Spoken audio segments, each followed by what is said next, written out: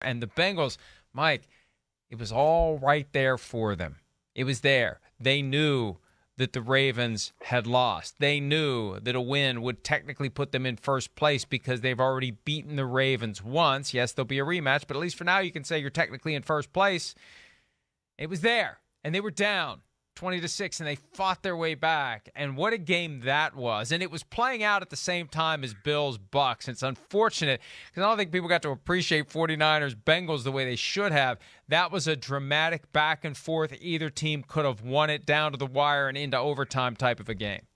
Oh, listen, to get to where they were, to where that game was, as you mentioned, 20-6, and the fans in that stand going, oh my God, here's our chance in this game. And look at us, we're getting blown out. And then to bring it all the way back, outscore San Fran 14-0 in the fourth quarter to tie that one up and send it in overtime.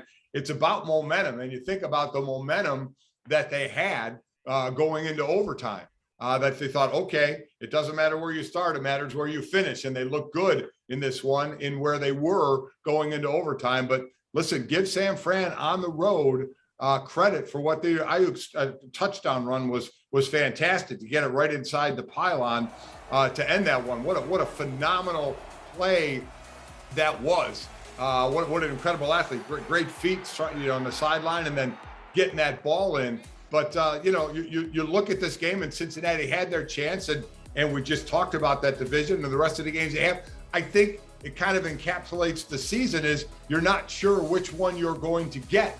You're going to get the good team, you're going to get the not so good team, or you're going to get the bad team. Which one do you get? We've not only seen this out of Cincinnati, we've seen this out of other teams, the Bills, teams that have been playing better that we're expecting more out of in this one. So, but I love the defense for a while in this game. I think there were 10 sacks in this game, 5 on each side.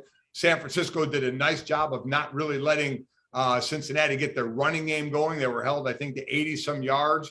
A little over 3 yards a carry. So I think they did a nice job stopping the run. Again, you build up a lead, you force a team to pass a little more, but still I thought the Bengals split the run and the pass pretty good. They didn't panic and were able to come back in this one, just couldn't close the deal. So kudos to San Fran for doing that on the road.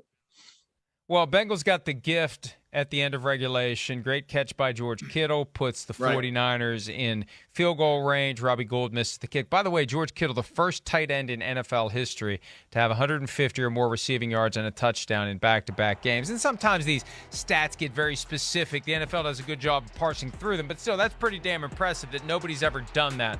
150 or more and a touchdown in 2 straight games for a tight end. Unprecedented for NFL history. And Kittle, when he's healthy and he's on, Mike, he's a guy that can elevate an entire organization. He is one of the, I think, most important players they have because of his fire, his desire, it's just contagious enthusiasm. They go as far as he can take them and as long as he can stay healthy. Oh, listen, I agree. I mean, look at the game he had, look at the game Mark Andrews had. We've been talking about, Kittle and Kelsey in the last couple of years as being the best tight end. Gronk is back playing now, and, at times he's playing dominant as well. But I don't think there's anything like a great tight end that could run the field. And also, by the way, can Kittle block as well. But when you get a guy that's such a mismatch and you just put that ball up in the air and he's the one that's going to be able to go the highest to get it, what a monster game that he had. And you're right. I mean, he is without question the linchpin to that offense. Here's Zac Taylor, coach of the Bengals, talking about the difficulties that they encountered when trying to deal with George Kittle. We tried everything. He's one of the best tight ends. We've known that for a long time. And, he had similar production last week. I think he almost had 200 yards receiving, and it's not like he surprises people. You saw the catch he made that almost won them the game in regulation that put them in field goal range. I mean, when a guy is that explosive and that big, that good of hands, that catch radius, he makes a lot of plays. And I promise you, we tried like hell to take him away, and he finds a way to make those plays. Zac Taylor feeling some regret about his play calling in overtime as well, Mike. And it's a very simple play sheet. The Bengals get the ball at their own 25 after kickoff, touchback. First play, 26-yard pass to T. Higgins, puts the ball on the San Fran 49. Then they try to run it with Joe Mixon, doesn't go anywhere. Enough of that. A 23-yard pass to C.J. Uzomah puts the ball at the San Fran 26. Then they ran it twice, gained 4, then 3, from the 26 to the 22 to the 19. Burrow got sacked on 3rd and 3, kicked the field goal, opened the door for that 49ers drive to win the game with a touchdown. We don't see that very often, where the opening drive results in the field goal, doesn't end the game, other team gets a chance to match or beat it, and that's what the 49ers were able to do. Yeah, you know, they got down there in good field goal range and got a little conservative with a couple of runs, right, to make sure they stayed in field goal range, didn't turn the ball over when they had passed to get down there and try and get in the end zone, you know, and get that score right off the bat in that first drive.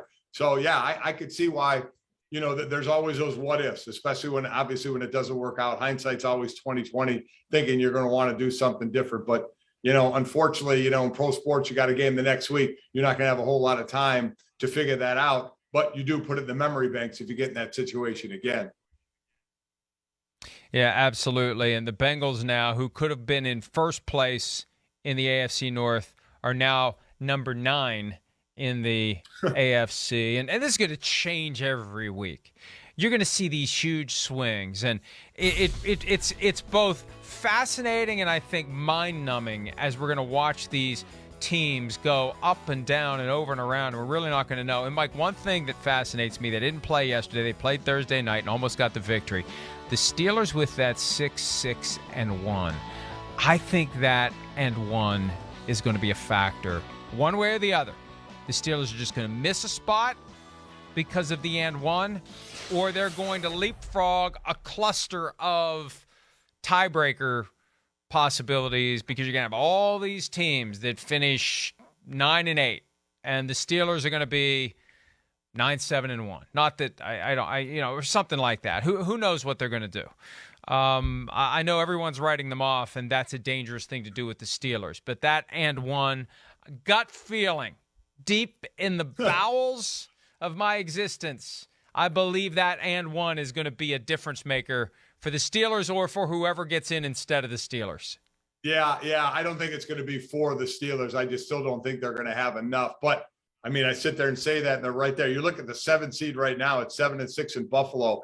The next teams are Cleveland, Cincinnati, Denver, all sitting at 7-6 as well. And then, as you talked about, the Steelers at 6-6-1. So this is going to change. I mean, as we said, remember the Browns and the Ravens still have to pay the Green Bay Packers, who are playing for that number 1 seed. So we always wonder toward the end of the season, how does the team approach things as they get closer to the playoffs? And Green Bay wants that number 1 seed.